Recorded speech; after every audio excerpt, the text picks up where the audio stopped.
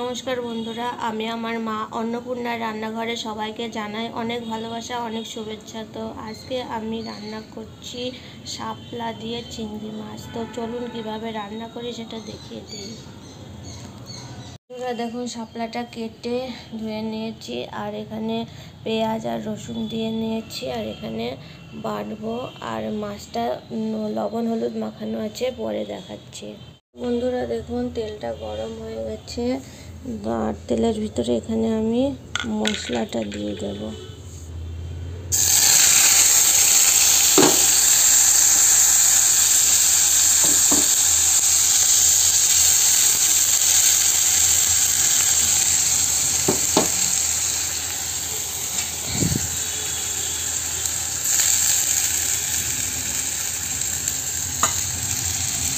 বন্ধুরা দেখুন, মশলাটা কষতে দিয়েছি, আর এখানে মাছ লবণ হলুদ মাখানো রয়েছে।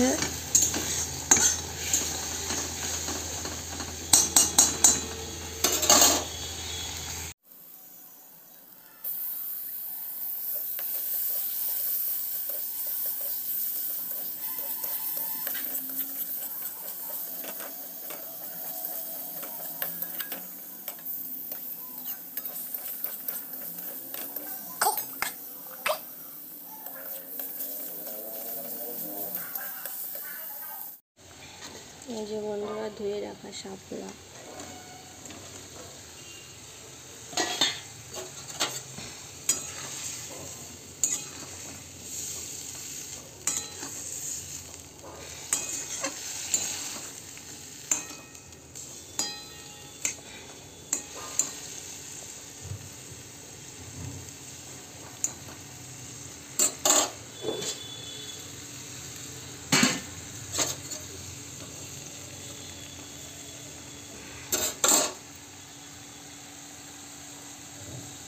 বন্ধুরা দেখুন, এখানে আমার শাপলার রান্নাটা কমপ্লিট। ভালো লাগলে লাইক কমেন্ট শেয়ার করবেন,